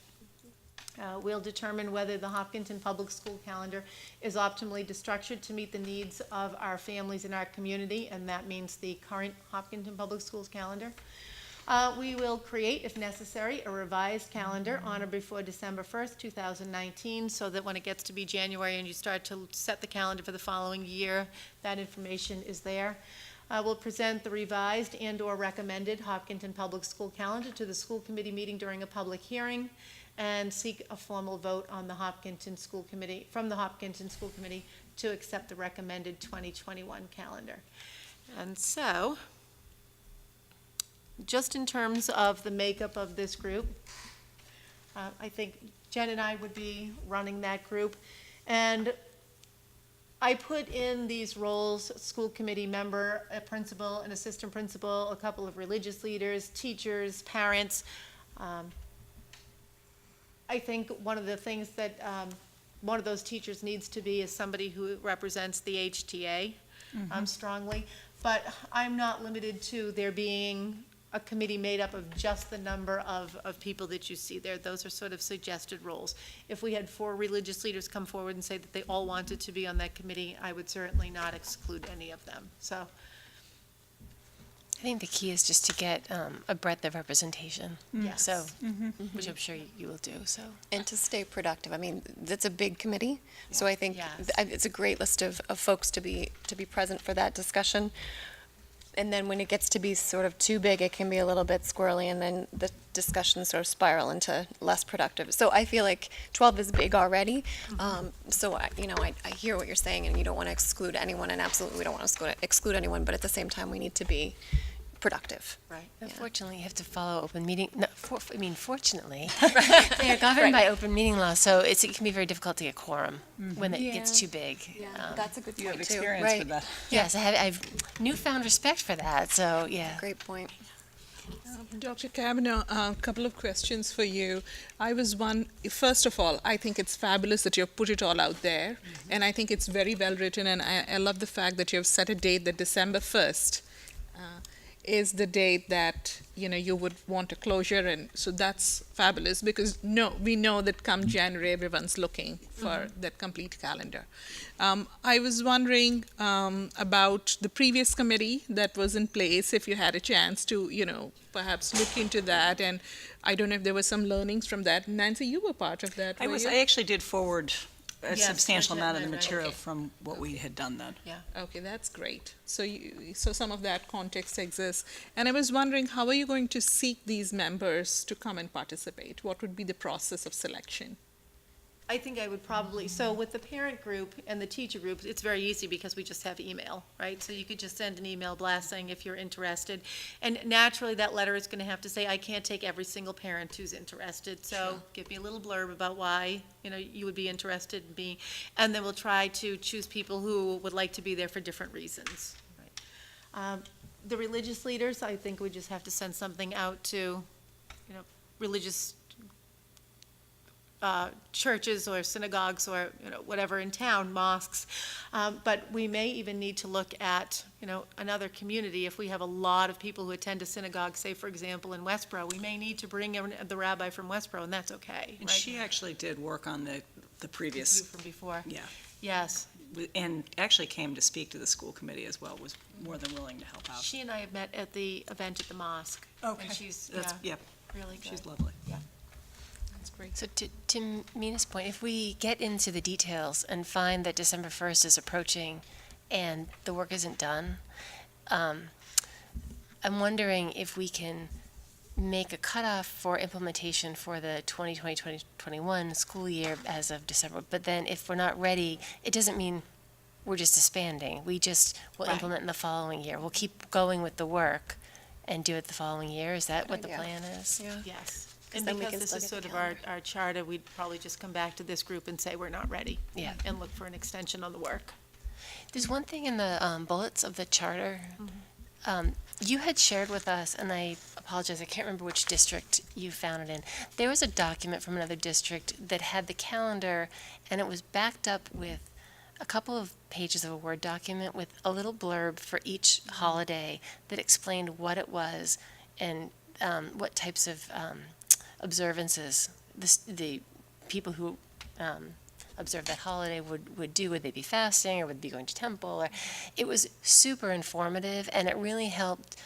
Even just leafing through it, I was like, oh, I didn't know that about that holiday. I mean, there are a lot of holidays I'm not familiar with, and I think that's probably true of everybody. And I'm wondering if, because this group is doing research and collecting up that stuff, if we could have under the create, if necessary, revised calendar, could we have create, if possible, explanatory material, like some educational materials on the holidays? Sure.